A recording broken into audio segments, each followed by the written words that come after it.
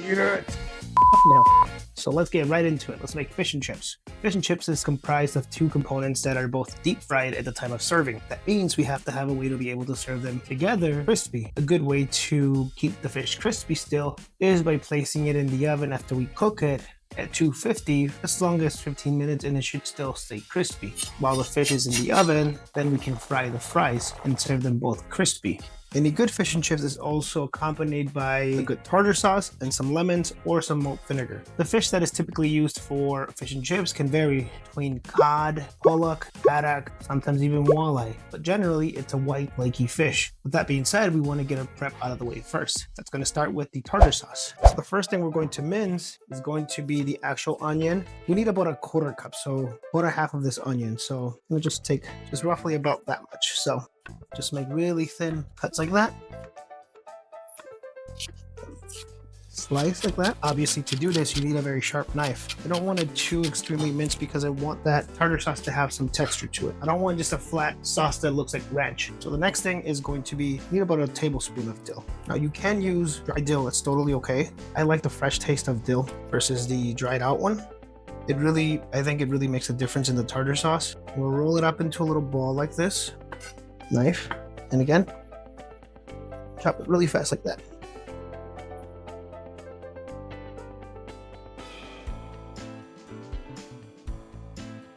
This recipe does not need any salt. It's actually salty enough because of the capers, and yet it gives it a further hint of citrus to it. So, just mince.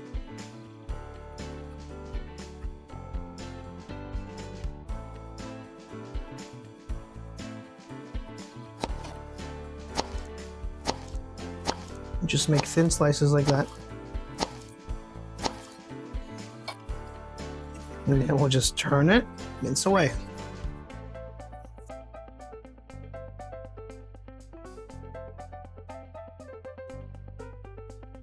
Next thing is going to be a whole lemon. Slice it in half. But somehow still one fell in there. That goes to show you could have the best plan and shit might still go bad. But you know what? Even if shit went bad, aka a pit falling in, only one fell in instead of the 8. This we need about a cup and a half of mayo. We'll have to dip that mayo in there.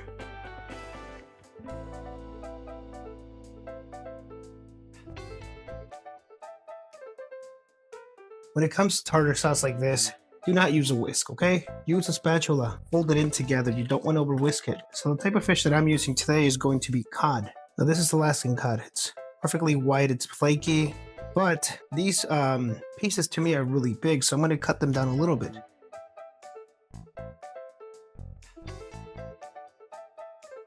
So the first thing that goes in is going to be all-purpose flour, which is about 2 cups.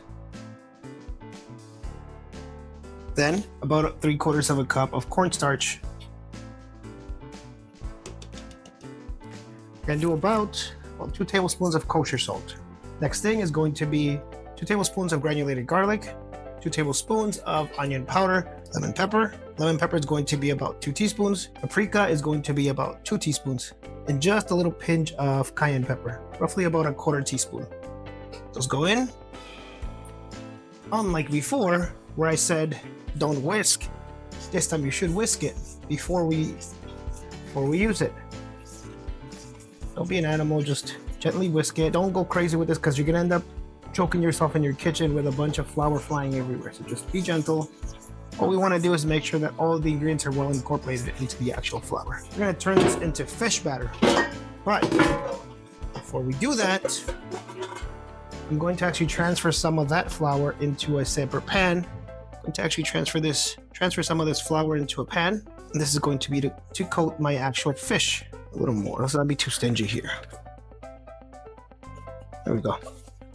So normally I would make this with heart beer, but the liquor stores near me don't have any damn heart beer. So that's an issue. So I'm gonna make it with Blue Moon. But I would recommend doing it with heart beer, Corona. I'm gonna pull 3 of them out. 2 for me, and 1 for the batter. I need an opener. I'll use the bottle itself. First, dump your beer in there. And at first, just dump the whole thing at first. 1 beer is not going to be enough to get this to where you want it. Just keep whisking a little bit like that. Ignore those damn bubbles. Now we use the knife. Like that. Dump a little more in there. And this is the part that we're going to go slowly because I don't want to over thin it out. If I over thin it, I can always use a little bit more flour or some of the seasoned flour that I've already made. But in this case, I don't have a lot of it, so I got to be careful. If it's too thin, just keep adding more beer, obviously.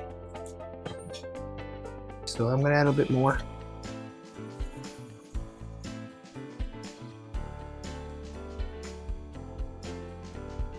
And now I'm actually going to add the actual vinegar. I don't want to use measuring spoons if I don't feel like it, because I already know this is, we're going to do 3 cups.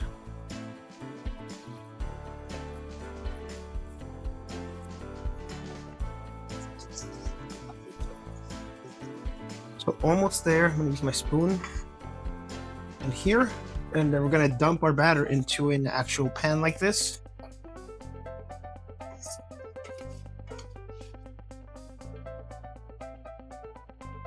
All right, let's take the fish. So we're going to put the fish in the actual flour first. Coat it. Get rid of the excess flour. Dump it in the batter.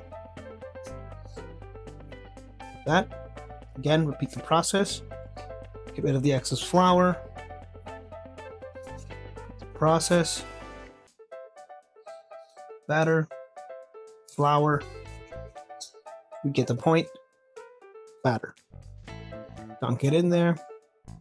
It should come out like this. So see, most of that excess batter we need to get rid of. Let's put these back in, and from here they're going to go directly into the oil. Okay, so we want to fry this fish at 350 degrees, 350 to 360. Just going to let it swim like that. Look at that. 1 piece at a time. After just a few minutes, this is how it's starting to look. See that? But we're not quite there yet. Roughly about 3 minutes later, this is how it's starting to look. Okay, this is about how far I'm going to take this fish. After about 8 minutes, these are now ready. As you can hear, they're really crispy. Now I'm just going to keep them in the oven at 250 while I get the chips done. Let's drop these chips into the hot oil. Let's just try to be careful because oil will splash all over the place. These fries are going to take about 5 to 6 minutes depending on your hot oil. But for me, it took about 6 to 7 minutes. By the end, they should look golden brown like this, and they're going to be ready to go. Now let's just season the fries with salt and black pepper. Just toss them around a little bit, and they are now ready.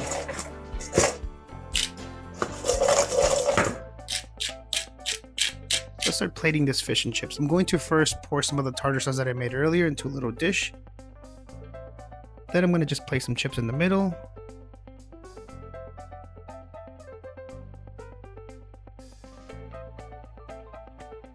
Follow this by a couple of pieces of fish. One here, one here, one here, and one here. And there we go. We have fish and chips made at home.